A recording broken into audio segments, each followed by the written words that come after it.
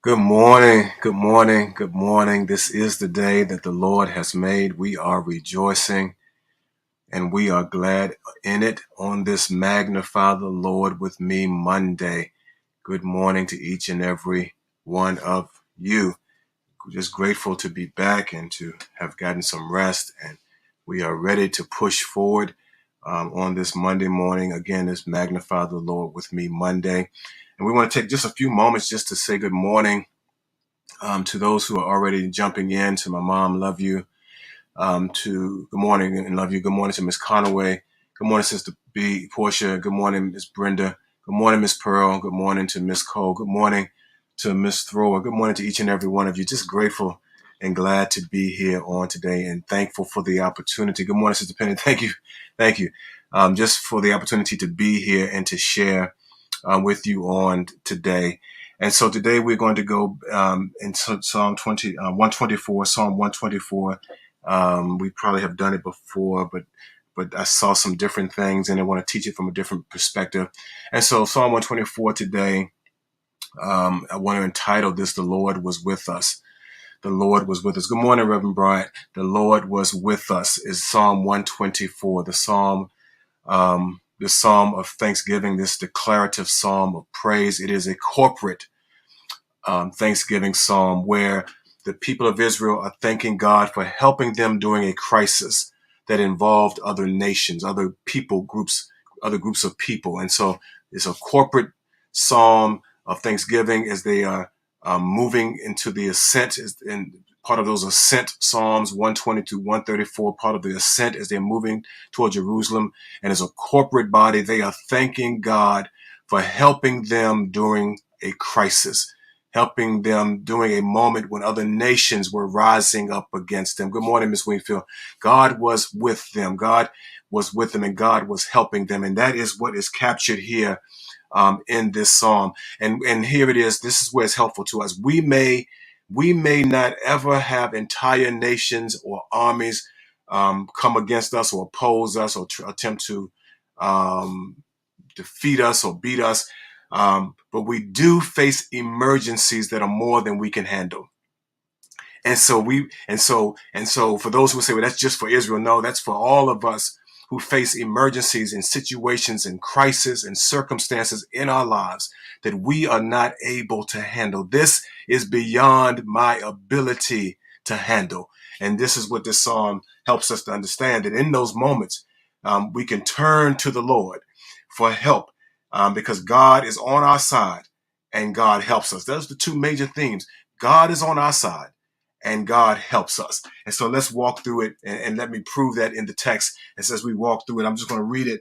It says, if it had not been for the Lord who was on our side, let Israel now say, if it had not been for the Lord who was on our side, when men rose up against us, then they would have swallowed us alive. When their wrath was kindled against us, then the waters would have overwhelmed us. The stream would have gone over our soul. Then the swollen waters would have gone over our soul. Do you notice the language, the analogies, the metaphors that he is using, that the psalmist is using in verses 1 through 5? He's talking about a sudden attack, particularly in verses 1 through 2. This sudden attack. But even in the suddenness of the attack, God was with them. Listen to the language again.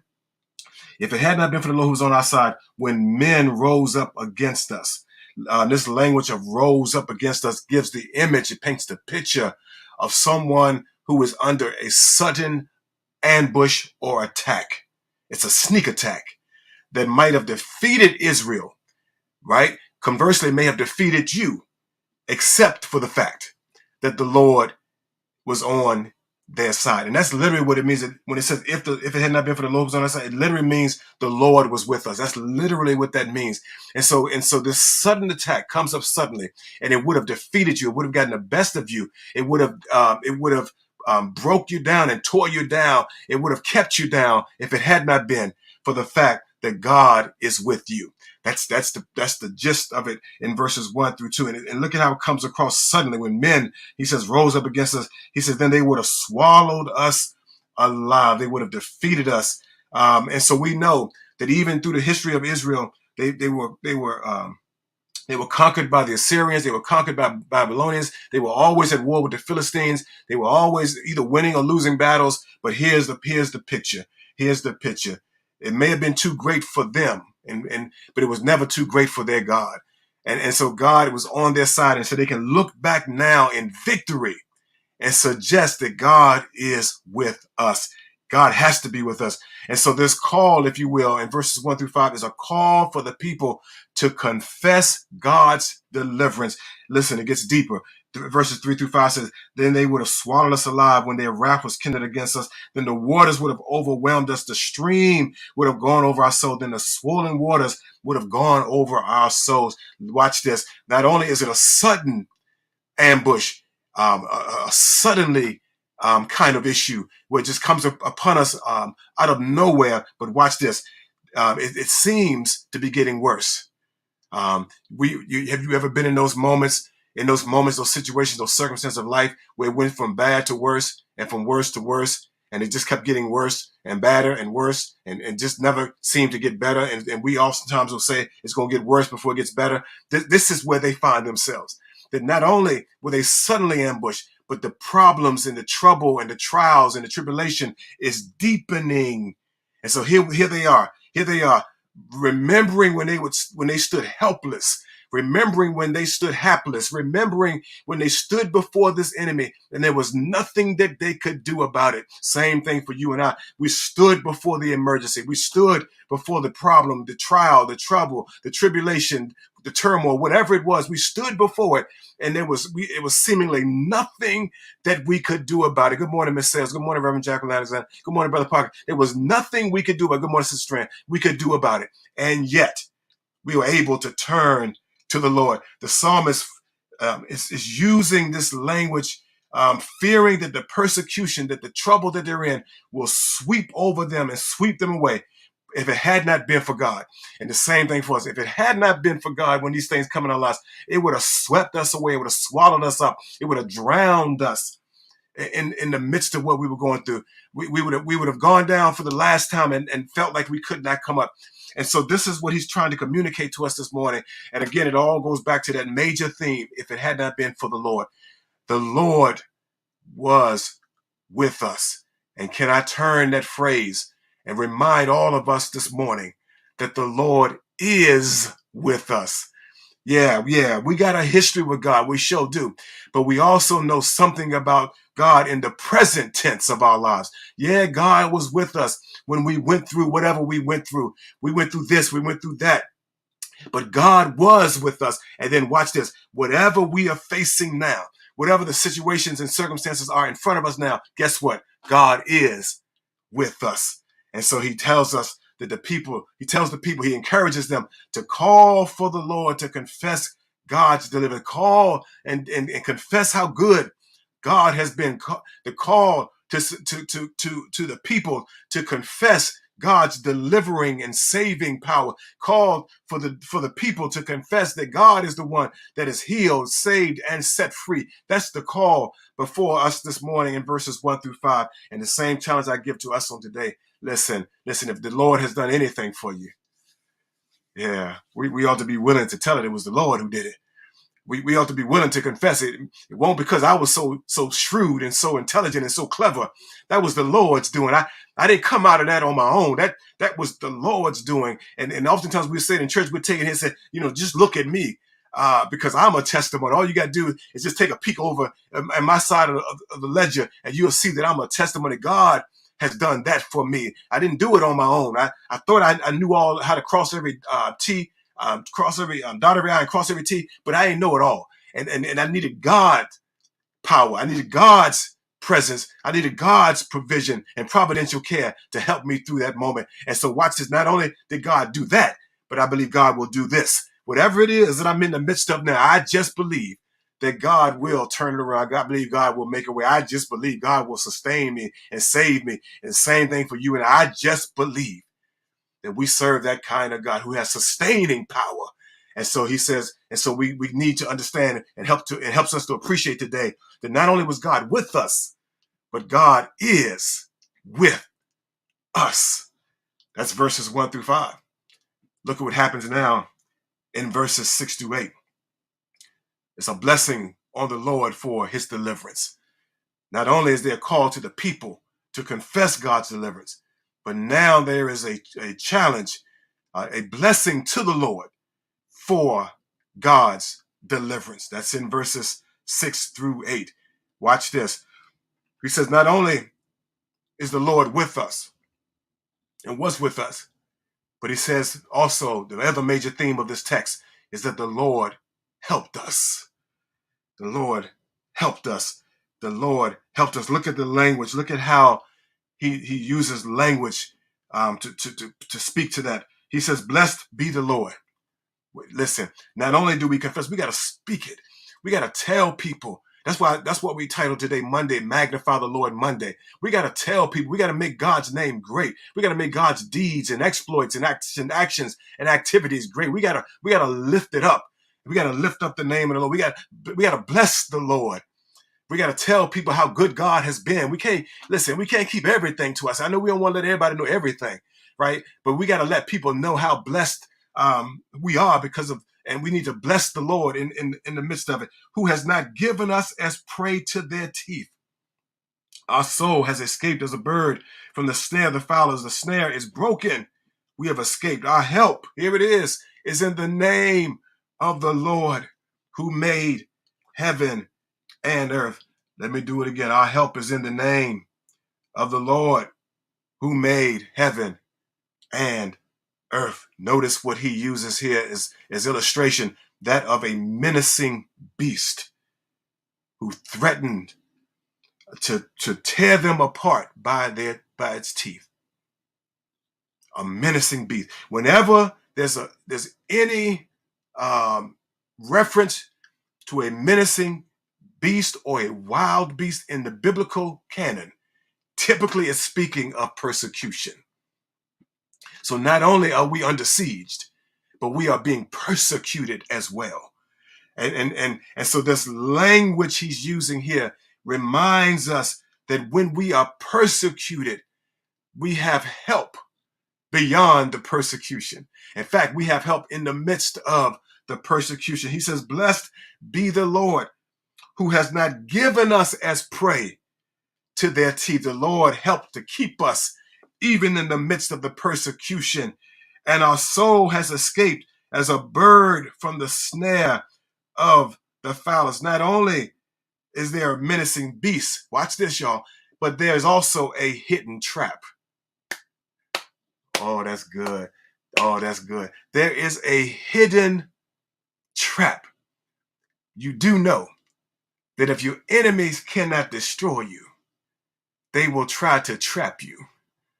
That's what they did with Jesus. They could not destroy him, so they kept trying to trap him with their words and with their teaching. They tried to pull him into these little traps, and Jesus was so divinely shrewd, he could see right through their tricks. But oftentimes we don't see the trap, do we? And so we are the potential is for us rather to fall into traps that have been set up and hidden for us. And so the picture that he is painting here is that of a helpless bird. Watch this, who walked into a trap. Walked into a trap. And notice this, y'all. When you think about this, isn't that what Satan does for us? Satan is always setting traps that we might walk into the trap, that he might ensnare us and entangle us in the trap. Satan is using bait, just like the bird walks into the trap because of the bait that is there. Likewise, Satan does the same thing to us, that we walk into these traps because of the bait he sets for us. It just looks good and it is shining and it's glimmering and it's the right color and the right texture. And so we walk into these traps because Satan knows how to bait it. He knows what our likes are. He knows what gets our attention. He knows what causes us to linger a little too long. And so he sets the trap, and he sets the trap with some bait. Oftentimes very fascinating bait. We can't take our eyes off. We can't turn away from it. He sets the bait and we walk into the bait. But I love what this text suggests to us, that even when we walk into the trap, God does not allow the trap to keep us. And in fact, God ultimately destroys the trap. God is able to open the trap. Look at what it says. He says, our soul has escaped as a bird from the snare of the fowlers. Don't you think that you escaped the trap on your own? God was our help. In fact, the Bible says he's an ever-present help in the time of trouble. When we walked into the trouble, when we could not avert our eyes from the trouble, and we walked into the midst of it, God opened the trap and God freed us from the trap. And one of the greatest traps God has ever freed us from is from the trap of sin. God has freed us from that trap. He freed it, and then not only that, he destroyed it. He destroyed the trap. Look at what it says. The snare is broken and we have escaped. Now, the Israelites are using it in this way. We escaped the trap that was set by our enemies, and we are now free. We've escaped. But for us, we have those who are believers have escaped the trap of sin. And now we are free. Whom the Son has set free is free indeed. God has set us free. And then look at what they said about this hidden trap. Look at what he says in that remaining verse of verse 8. He says, our help is in the name of the Lord. Remember, our two major themes is that the Lord was with us and the Lord has helped us. But again, like I did with the first theme, I have to make this theme a present tense, that not only did the Lord help us, but the Lord is helping us. Lord is helping us to navigate and to manage certain situations. God is helping us to overcome and to mitigate things in our lives. God is our help. He's an ever-present help. God is all of the help we need. The Bible says, I look to the hills from which comes my help. My help comes from the Lord. Look at what it says. Our help is in the name of the Lord. Let me help us there before we close this thing down. Here's the suggestion. If our help is in the name of the Lord, then it suggests that all we have to do is when we find ourselves overwhelmed, when we find ourselves facing opposition, when we find ourselves in places where we feel trapped and hemmed in, when we find ourselves in that place, all we have to do is call on the name of the Lord. That's all you got to do. His name speaks to his nature. Just call the name. Whatever the name is, Jehovah Jireh, and God will provide. Just call the name Jehovah Nisi, and God will be the banner in your battles of life. Just call the name Jehovah Shalom, and God will be your peace, which surpasses all understanding. All you got to do is call the name, and God will come and see about you. In fact, what you will discover when you call the name of the Lord is that the Lord was always there. He's an ever-present help in the time of trouble. God was always there. And so that even when we're walking through the valley of shadows of death and destruction and darkness and despair and despondency, the Lord is with us. And his rod and his staff comfort us. God is always there. And all we have to do is call out his name. And I know I have at least one, maybe two, maybe three, maybe four witnesses. I'll make five if I have four. And I promise you this, that there's somebody here who knows that they called on the name of the Lord and the Lord showed up. Called on the name of the Lord and the Lord fixed it. Called on the name of the Lord dried the tears from your eyes. Called on the name of the Lord and the Lord comforted you in your mourning. Called on his name, and God did what only God can do. I've come to declare to somebody, Lord can do what no other power can do. God is able, and God, there is no failure in our God. Just call the name of the Lord. He says, our help is in the name of the Lord. Watch this, who made heaven and earth. That's Yahweh. Our name is in the one who said, I am that I am. The one who says, I'm all sufficient. I have all power. That's the one on whom we call. And when you call his name, just call his name. I dare you. I triple dare you. I double dare you. I triple dare you. Just call the name of the Lord, and you will discover that not only is the Lord on your side, but you would also discover that the Lord is the help that you need. That's the lesson. That's the message for today. And we can appreciate today the fact that we don't look like, that's the other part of this thing. When he talks about this snare and talk about what we've gone through, here's the last piece I want to share with you, that we can appreciate the fact that we don't look like what we've been through because the Lord was with us and because the Lord helped us. Listen, y'all, that's the time that I have for today. That's the lesson that I have for today. Thank you for your presence. I want to say good morning. I miss my sister, cousin Gloria. May have missed, did I miss anybody else? I think I got everybody else. Reverend Brian, Sister Conway. I think I got everybody else. Sister Strand.